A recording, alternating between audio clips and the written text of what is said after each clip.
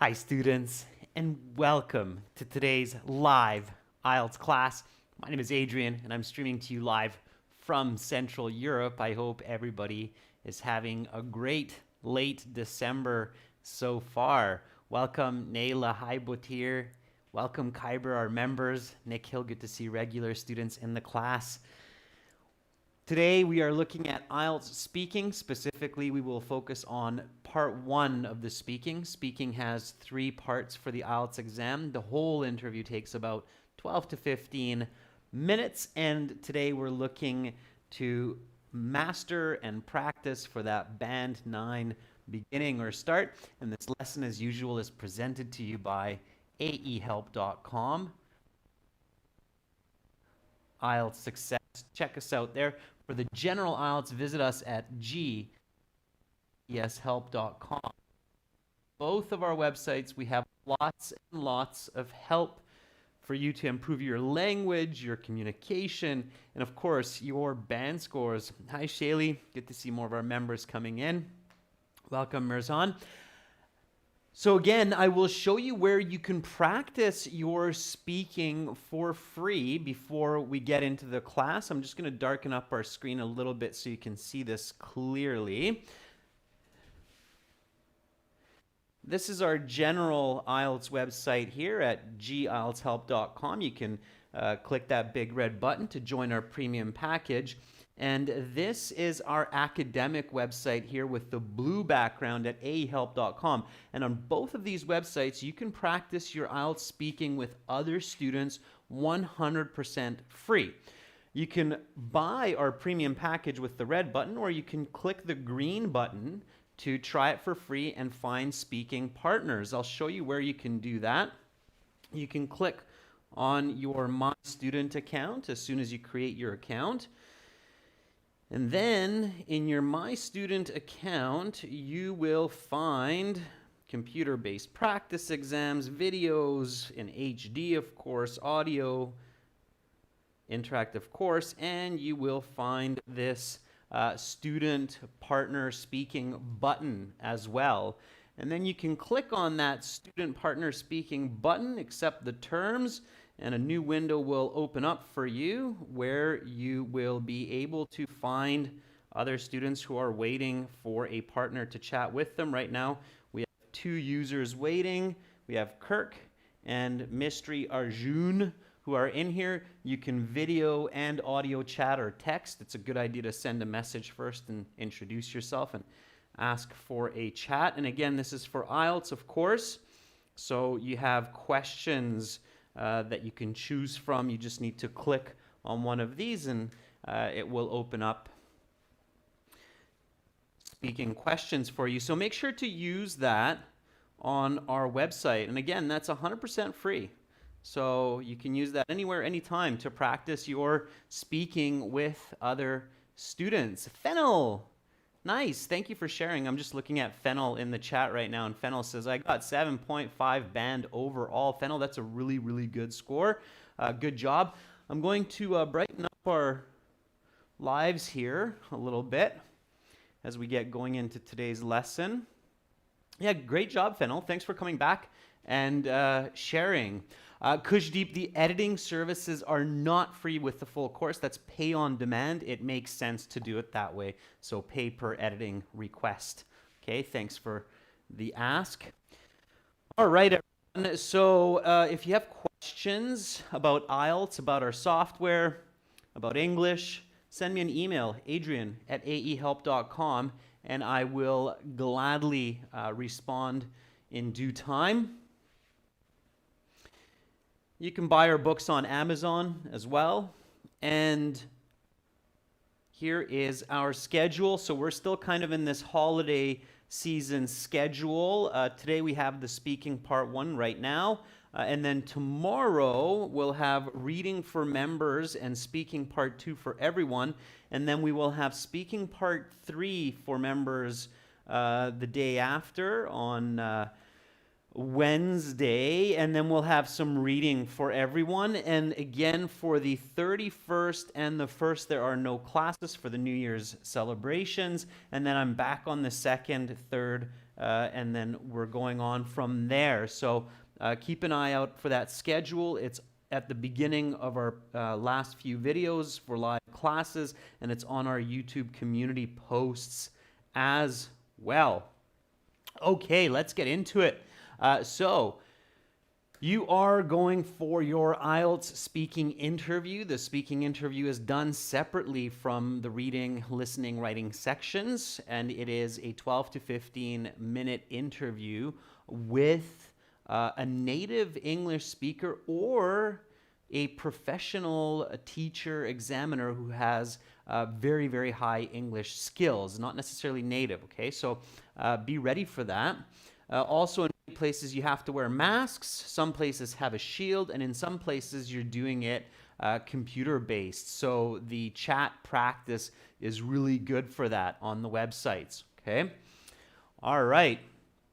So you walk into your exam, you should feel comfortable. You should always get to your exam early. Does anybody know how early you should arrive to your speaking exam? So when should you actually get there? When should you get to your speaking exam? Let's just before we get into the questions. So when should you arrive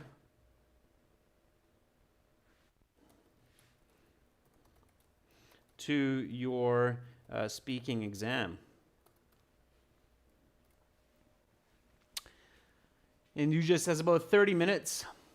Shirley says half an hour to an hour before. Yeah, I would shoot for an hour, to be perfectly honest with you. So 30 minutes is minimum, but ideally an hour before your exam. Okay, just in case you have some problem with traffic or some other situations, then you're not in a rush. You can go to the washroom comfortably. You can remember to drink some water, and also you can practice before the exam. So this will give you time to be comfortable and to get in some very important last minute practice. Print out a couple of practice. You can do this from our website as well. Speaking question sheets. Print them out. So don't just rely on your phone, okay? I would recommend taking a piece of paper with you, okay? All right. And then speaking question sheets with you, okay? Take these with you and ask some people who are waiting for their exam to practice with you. Okay. What should you do if you ask somebody, hey, I'm here for my IELTS speaking exam. Are you also here for your exam? You should be speaking English. And they say yes, and then you go, great, I have some speaking questions with me. Would you like to do a little bit of practice before the interview? What should you do if that person says, no, I'm really nervous and I don't want to practice with you right now? Then what should you do? Okay, and this is, I know it sounds kind of funny and it sounds like a rhetorical question, but it is important. Okay, all right, so, all right. Gangster, it depends on what kind of test you're using. If it's an official Cambridge exam, who's administering the exam, but there's no guarantee, but it's a good sign. Okay. Zane says go straight into the test room. Nick Hill says find another one. Absolutely, that's what you should do. So if a person denies you, just find someone else. Okay, someone will be happy that you asked them. Someone will be very glad that you asked. Okay, all right. And note that this will also help build your confidence when you go into the exam room as you are confronting other strangers before your examiner. Okay, so one of the biggest problems why students lose marks and they don't do as well as they do in their mock exams is because they're really nervous. It's a new environment. It's maybe an intimidating examiner who's got a thick British accent, kind of a very stern feel and sound. And if you ask some strangers to practice with you before your exam, that will also help build your confidence so that when you go into that exam room, then you will just be that much more confident to meet another stranger and be like, okay, I'm good now, I'm confident. So make sure you do that, okay? All right, so just some important tips there for you to follow on exam day. Now let's get into a little bit of practice and then I will give you more strategy as we progress in today's class. So you walk into your exam room, you're feeling confident, and the first question the examiner will likely ask you is, may I see your identification? Always practice this question so you come out of the gates strong. It means you have a really strong start. Okay, so may I see your identification? Practice answering this in different ways. Be natural, be really fluent. Kyber says, yes, here is my passport, which I used for registration. Please have a look. That works. Again, practice fluency. This is speaking, everyone. So make sure to speak in this class and repeat. Okay, copy my pronunciation, my intonation. All right. Zane says, yes, sure, here it is. Yeah, Zane, that works. Just make sure that you show fluency as much as possible when you get into the other questions. Okay. Rose says, sure, this is my passport that I used for registration. Please have a look. Nick Hill says, certainly, here's my passport that I used to register for this exam. Please have a look. Yeah, different ways. All of them work. My pleasure. Here is my passport, which I used for my IELTS application. Please take a look. Here's another way. Okay, just repeat after me. Students, practice questions and answers, okay? Practice questions and answers. So here we go. Repeat after me. May I see your identification? My pleasure. Here's my passport, which I used for my IELTS application. Please take a look. Already I'm showing fluency, some nice grammar. That's how we do it, okay? Bharat says, definitely, sir. Here's my passport that I used to register for this exam. Yeah, that works. All right. And then the next question will be, what is your full name? Again, have a nice, clear, fluent answer for this one. So what is your full name? Give your full name. Give it the same way as it is in your passport or your ID. They're looking to match that for their papers, okay? All right. Rashika says, here's my passport that I used to register for this exam. Please have a look. Carolina says, my given name is Carolina and my family name is Asanyo. Please just call me Carolina. Good. Yarabisha says, Yarabisha Yanur is my complete name. Please call me Yarabisha. Okay, Yarabisha, make sure you mention that because they're not always sure. Okay, so please call me by my given name, Yarabisha. All right. Students, that is the question that comes. If you don't say what should, or you don't tell them what they should call you, they will ask you, what should I call you? Okay. All right. So, my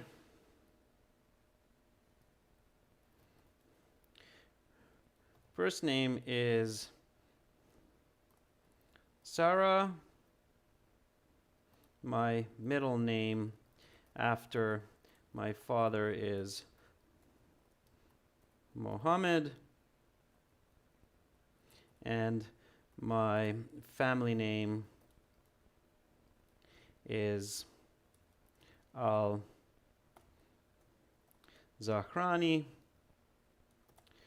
Please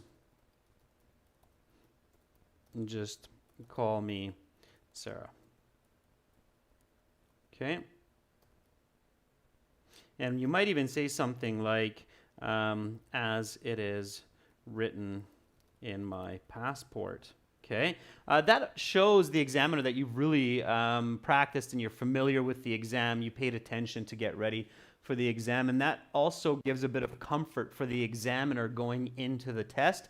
So here we go. Repeat after me. What is your full name? Now, when you give a long answer like this for a simple question, make sure you're fluent. Otherwise, the examiner will get really nervous that you're dragging out your language without clear fluency. Okay, so here we go. My first name is Sarah. My middle name after my father is Muhammad. And my family name is Al-Zahrani, as it is written in my passport. Please just call me Sarah. Okay, Sarah. So the speaking has 3 parts. I will give you instructions for each. Here is your identification back. For part 1, I will ask you a couple of questions to get to know you better and some questions on a general topic. Where do you live? Okay, it's a very common one. It's an easy question to get you feeling comfortable and warmed up. So, where do you live? Shaylee, they will not jump to the next question if you're fluent enough. There's no way somebody would interrupt me with that fluency that I'm showing you. It's just awkward, so they would let me finish. But you have to be fluent, okay? That's why I keep saying you have to be fluent. They only jump to the next question if they feel like you're going off topic, you're lacking fluency, or you're repeating yourself, okay? So Ois says, I live in a 3-bedroom flat with a living room with my family in Bukrus, besides the Forat River, about 30 kilometers from the downtown Derzor in East Syria. Okay, Ois, very nice and precise. A little bit of grammatical correction there, so pay attention to that. Carolina says, I reside in a 2-bedroom apartment in the heart of Buenos Aires, the capital of Argentina, with my lovely doggy. What's your doggy's name, Carolina? Give the doggy a name. My lovely doggy, Sparky. Okay, we would finish it naturally that way. Atika says, currently I live in Saudi Arabia, but originally I'm from Sudan. Okay, Atika, and where do you live in Saudi Arabia? So in Jeddah, Mecca, Riyadh, which city? Maybe tell me whether you live in a house or an apartment. So be specific, okay? All right. So I'm going to go back and give you a couple notes here that came up as we were doing this, all right? So one of our members, Shaylee, says, well, the examiner is really fast and interrupts me. Okay, here we go. So keep this in mind. IELTS is an English proficiency exam, not an ESL exam. That's a very common mistake that people make, okay?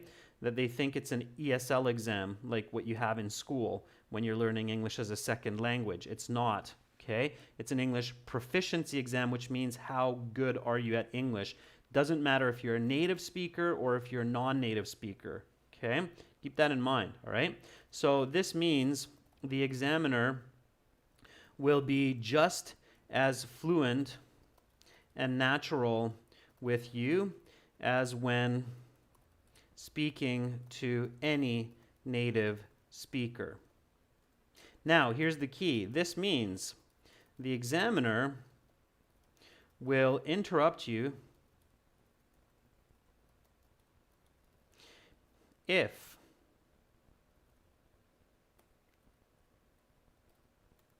A, you are going off topic and not answering the question. That's one of the most common times, okay? B, if you are simply repeating what you have already said. Sometimes students do this. They'll give an answer and then they'll keep repeating themselves and kind of going back and saying the same points. And the examiner's like, okay, well, just go to the next question, right? That's what you would do naturally in a conversation. Or C, if you are lacking fluency and the examiner loses coherence, okay? So if you're going so slow and you get stuck for ideas, the examiner is going to interrupt you because they've lost the meaning of what you're saying. Okay, so those are the three reasons. If you're nice and fluent and you're staying on topic, they will not interrupt you. Okay, that doesn't make sense. That would be awkward in any language, speaking that language naturally. Okay, so keep that in mind. All right, it's really, really important. Okay, that's why fluency is such an important part of it. Okay, all right. Going back to this question, where do you live? All right. Again, nice and fluently, you can answer this in detail, okay? And details are important. So again, give details, okay? That's how you pick up band scores for vocabulary, grammatical range, and accuracy. So I'm living, I decide to use a progressive here. So I'm living in a 2-bedroom flat in the heart of Budapest, Hungary, with my lovely wife and daughter, just a stone's throw from the Danube River. Okay. All right, now, it's okay to use idioms in the speaking, but only use them if you are 100% sure that you can use them accurately, okay? So here I'm using a couple, and these work well for this type of question, okay? Repeat after me. Where do you live? Living in a 2-bedroom flat in the heart of Budapest, Hungary, with my lovely wife and daughter, just a stone's throw from the Danube River. Just a stone's throw means very close. Okay.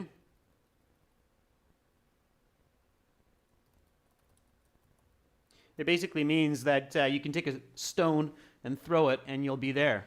Okay. So a stone's throw away. It means you're close. Okay. It's an idiom which means that you are close. Of course, students, as you hear new words in today's class, new expressions, vocabulary bank, write them down, them, say them, make use of them ASAP, okay, as soon as you can, just so that you can integrate, work them into your vocabulary base, okay? All right, next question, here we go. So, how do you go to work or school? And please answer. I will try to find different responses from different people each time. So if I miss yours, don't threat. I will try to catch you the next time, okay? All right. So how do you go to work or school? Lydia says, before the COVID, I tended to go to school by bus every day. My journey to school took about 10 minutes. I arrived at 8 a.m. But nowadays, I started getting my lessons at home via online learning. Okay, very good. Nice. Nice answer. Good details. Okay. Again, as I mentioned in that last class, you can talk about COVID a little bit, but it's probably getting a little bit tiring for some examiners, so don't get hung up on the COVID topic, okay? Try to be a little bit more broad in your perspective and not just focus on COVID, this, COVID, that. It's, of course, it's the elephant in the room. It's the hot topic of today, but it's also getting redundant or repetitive for examiners, so you might get a much better score if you're not hung up on it like many other students, okay? Moria says, I prefer going on my Duke RC 390 to my school as it's not only enjoyable riding my own bike, but also saves me a lot of time instead of waiting for the college bus to pick me up and drop me back. Okay, very good, Moria. I like it. I like the details being original. That's good. Lepe Yan says, I walk to school frequently as I live near my school, just 2 blocks away from the academic building. At times, I ride my bike or scooter to the office too. All right, Lepe, I like it. Again, fluency. Careful with repetition. Okay, careful with repetition. All right. Aftab says, usually I use my own bike to reach my workplace. It's very comfortable and convenient. I occasionally ride the bus when I'm not able to ride my bike. Okay, all right, good. Let's keep going. I can see the internet's a little bit choppy. I mean, we are in the holiday season, so a lot of people online right now contacting their family and friends all over the world. So you definitely might need to be patient in some areas where the internet connection might be slow. That's common during the Christmas, New Year's season in the West. All right. Gangster says, usually I go to school with my own vehicle before the pandemic, but now due to the pandemic, I'm studying online from home. Okay, Gangster, again, not bad, but you'll notice that that's quite a redundant or repetitive answer.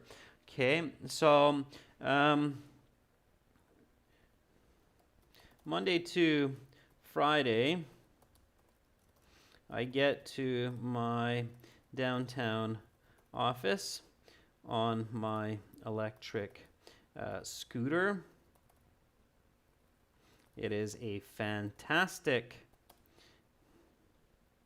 mode of transport as it's quick and I never have to worry about parking. It takes me just 10 minutes door to door. All right, here we go. Repeat after me. So, how do you go to work or school? Monday to Friday, I get to my downtown office on my electric scooter. It is a fantastic mode of transport as it's quick and I never have to worry about parking. It takes just 10 minutes door to door. All right, being original. Now, let's keep going to our general questions. So here the examiner will say, okay, now we'll ask you some more questions. Let's talk about parks. Okay, so the topics for part one are going to be a general topic that most people should be able to talk about. For instance, talking about parks. Why not? All right. How often do you go to a park? It's very commonly the first question asking you how often something happens. Okay, so how often do you go to a park?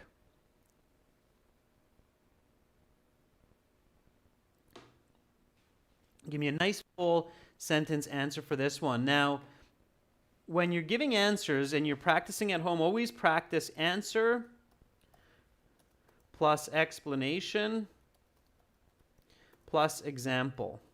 Okay, that should be your foundations for your nice high band score. All right. Okay. Kyber says, I frequently go to a park, I would say 3 to 4 times a week, because it's useful for both my mental and physical health as I enjoy breathing the clean air and getting some exercise. Okay, very nice full sentence answer. Well done. Okay. Sudai Shukur says, I usually go to school by bus, but I sometimes go on foot because I don't want to waste money on the bus ride. Okay, that's for the previous one. Sure, that works. It's original. It's good.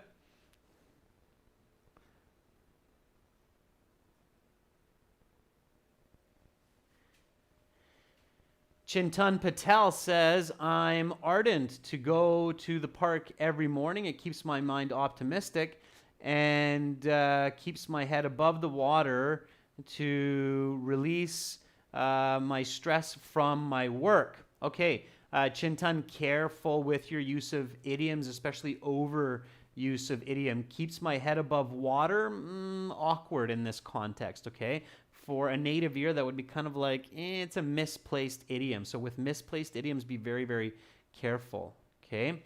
Instead of ardent to go to the park every morning, I would say adamant. I'm adamant to go to the park every morning. It sounds better, okay? All right, Van Fum says, well, I frequently hit the park, which is near my home, for recuperating and enjoying some green space, although I'm quite up to my ears in work. Okay, again, really careful, students, with idioms that are awkwardly placed. So, Van The first one is okay. So where you say I hit the park near my home, that's okay. That one's it's not perfect, but it's okay. I usually hit the gym or I hit the running track. Okay, it's something that we do with great activity. Okay, or I hit the swimming pool. When you hit something, it means you do it very actively. The park, if you're just strolling around, you're not really hitting the park. You're just strolling around. Okay. Now that last idiom where you say I'm up to my neck in work, it's off topic. Those are the kinds of places where the examiner will interrupt you because I'm not asking you, what you're doing with work or how much work you have. So that's kind of going off topic and it sounds like you're forcing that idiom. So be careful with that.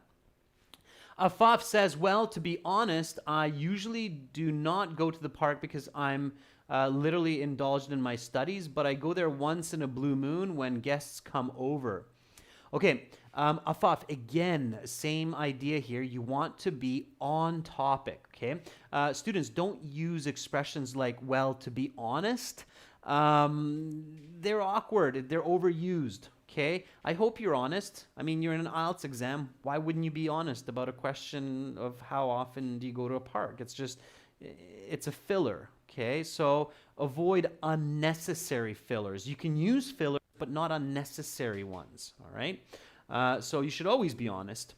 So here we go. When you answer a question like how often, give quantitative and qualitative information. So I frequently go to the park. I would say 3 to 4 times a week. There is a beautiful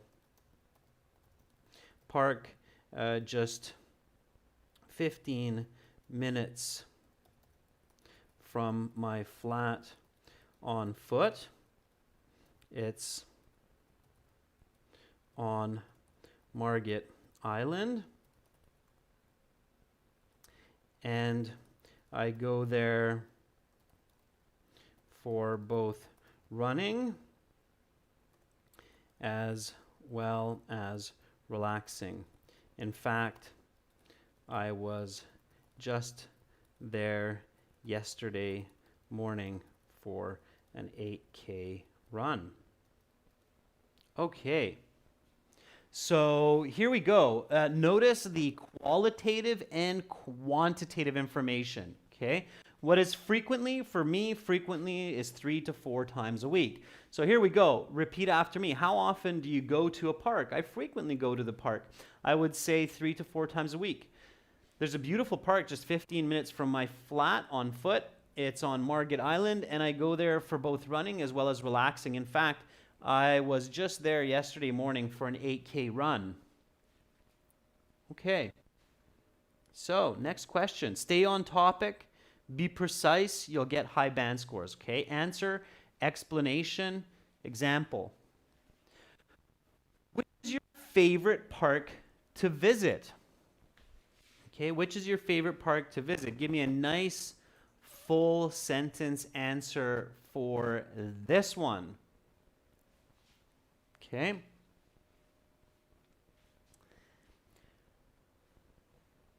Stuti says,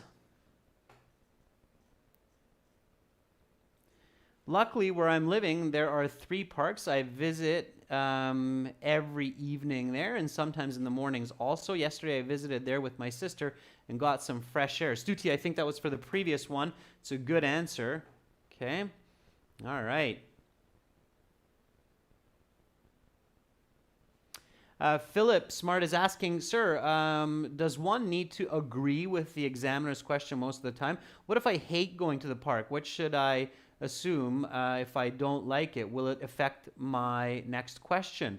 Philip, good question. Yeah.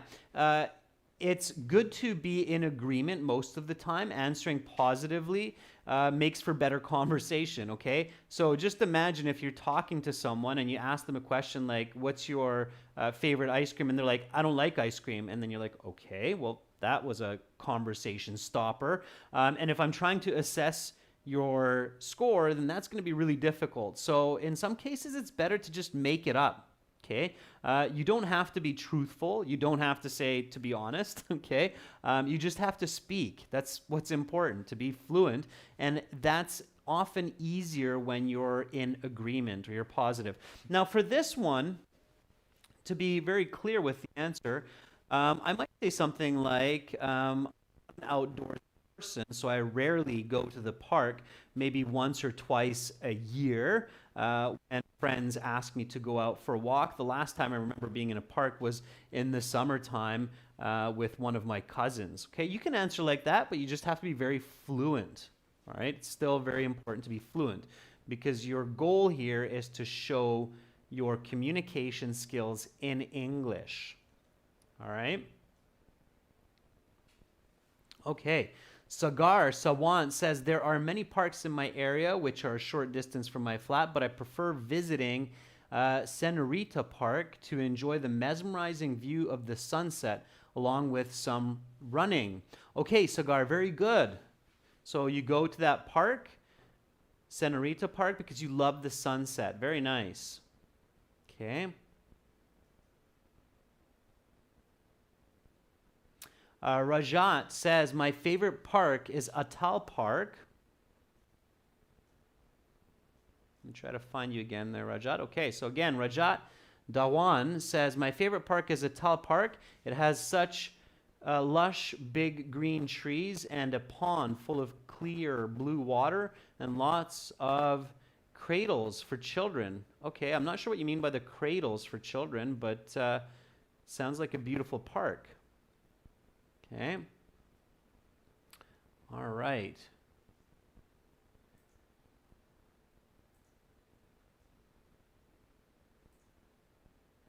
Okodua says, my favorite park to visit is the park close to my children's school. It's very spacious and has lots of sand with a lot of trees and flowers. Okay, Okodua, not bad. If you know the name of the park, then let me know what it is. Okay.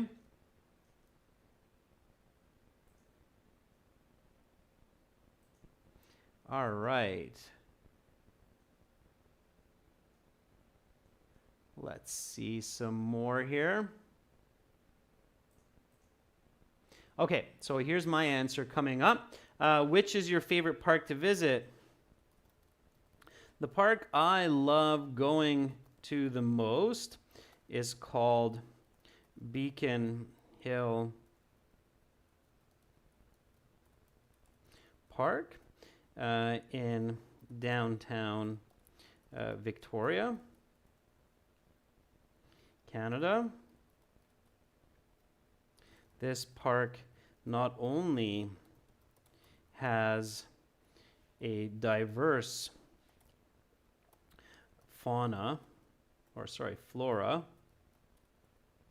with loads of beautiful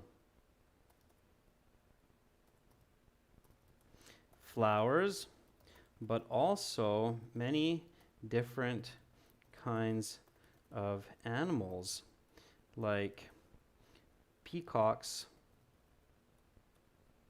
and squirrels.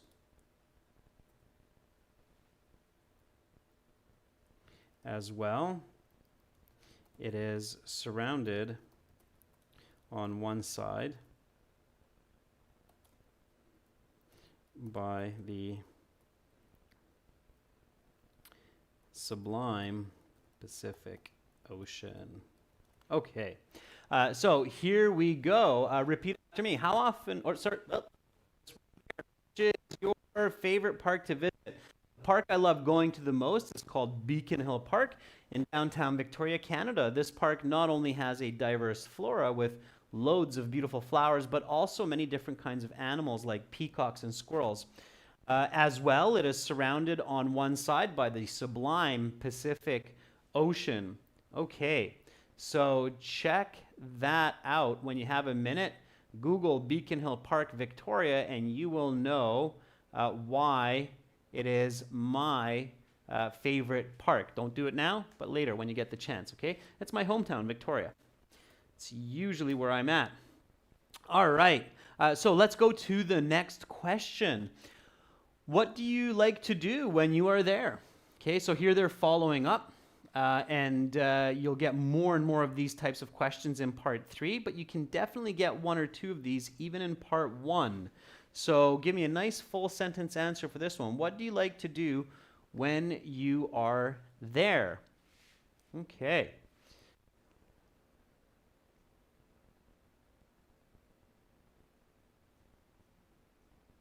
So Lydia says, as I mentioned previously, I'm a nature lover. Therefore, I frequently take many pictures of different types of flowers and plants, such as roses and bluebell flowers. Not only that, but I also like doing some physical exercise. My sister and I used to pick marvelous flowers and run for at least 30 minutes. Okay, very nice, Lydia. Good answer. Multiple points, very visual, nice fluency, it's accurate. Zahra just retracted her answer, which is okay. Just leave it up there. I'd gladly read it and give you some feedback. Jay Preet says, I like to do a plethora of activities when I'm there. I jog, I run, I sit on the bench and see the fishes in the crystal clear pond. I also love to stare at the blue sky. Love to stare. We stare at the blue sky. Okay, that's the accurate English expression there. Okay, very good. Bipin says, I love to watch the huge mountains silently that brightens as they glow from the sunshine and take some photos. Okay, Bipin, careful with your word choice. Okay, careful with your word choice. Make sure you use language that is accurate. Okay. All right. Kyobilidin says, I'm a really big fan of taking in all of the surrounding atmosphere and reading some interesting books while I'm there. It seems funny, but it's my hobby. That doesn't seem funny at all to me. A lot of people do that in the parks, so it's totally fine. Okay. Rashika says, I go there with my family and I like to walk along the Columbia River bank or sit in a chair and talk about the latest movie with my husband. All right, Rashika. Nice. That sounds like a fun, relaxing time. Okay. So, I love to take pictures of the animals and plants. Also, I take my daughter to the petting zoo as she really enjoys that.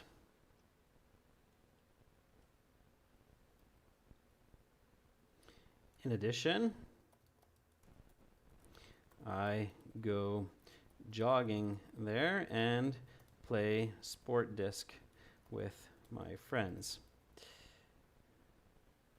In fact, I was there just last weekend and my friends and I played sports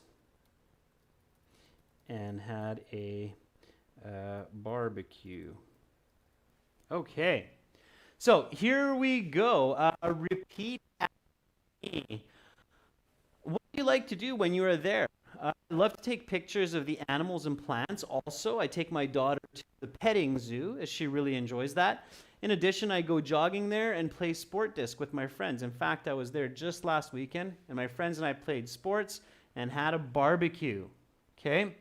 Now, the examiner might look at me like, really, during COVID?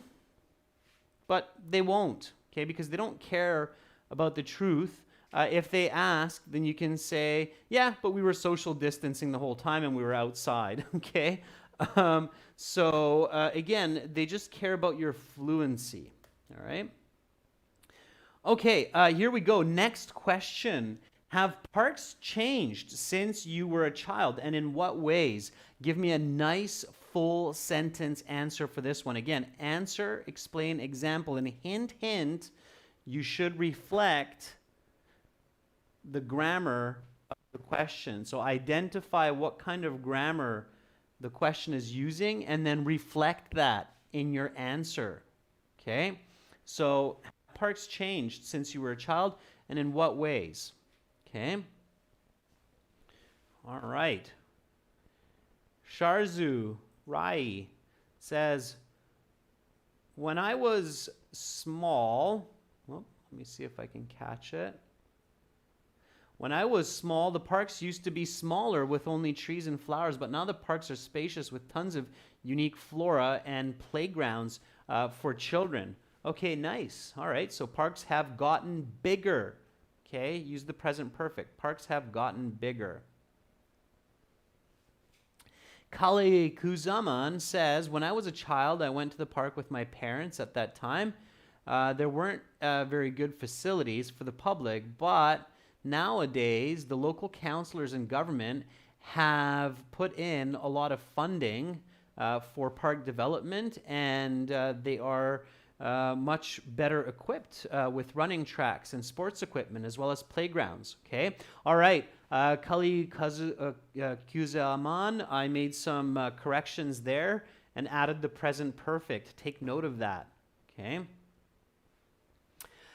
Yarabisha says, yeah, absolutely.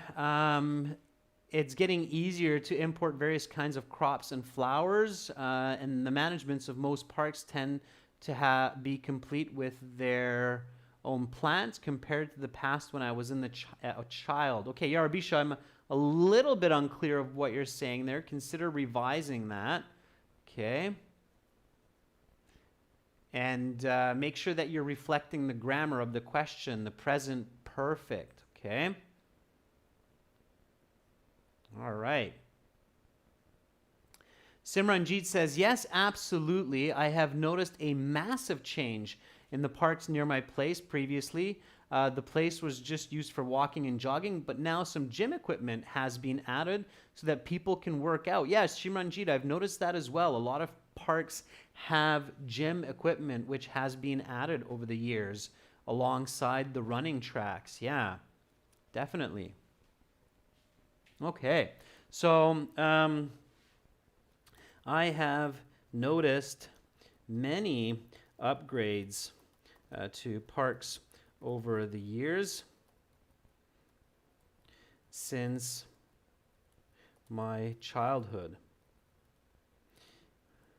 When I was little, most of the parks were wild and had very few facilities. What I mean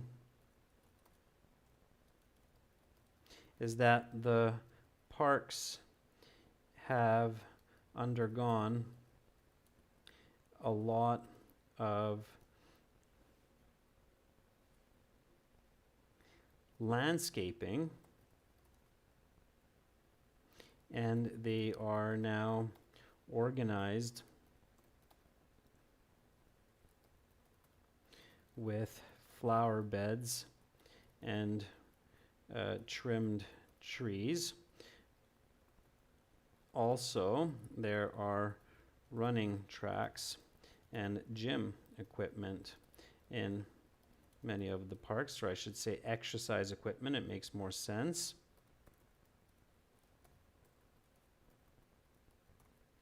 In many of the parks that hadn't been there 20 years ago.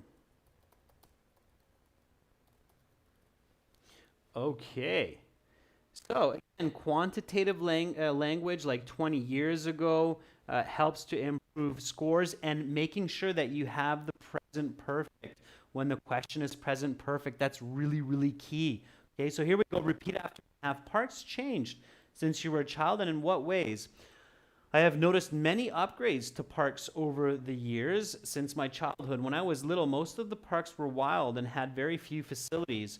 What I mean is that the parks have undergone a lot of landscaping, and they are now organized with flower beds and trimmed trees. Also, there are running tracks and exercise equipment in many of the parks that hadn't been there 20 years ago. Notice my negative use of the present perfect.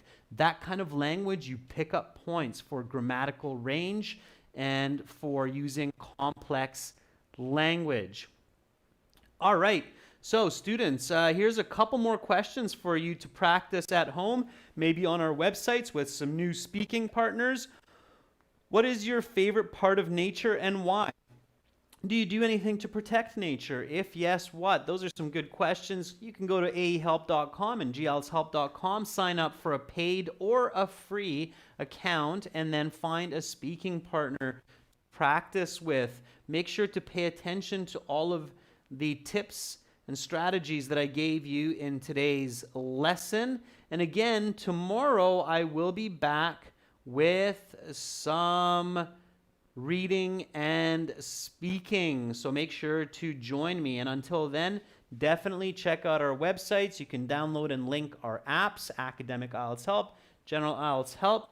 They will definitely help you improve your band scores. Thank you so much for your effort, for your input and sharing today. Stay healthy, stay strong.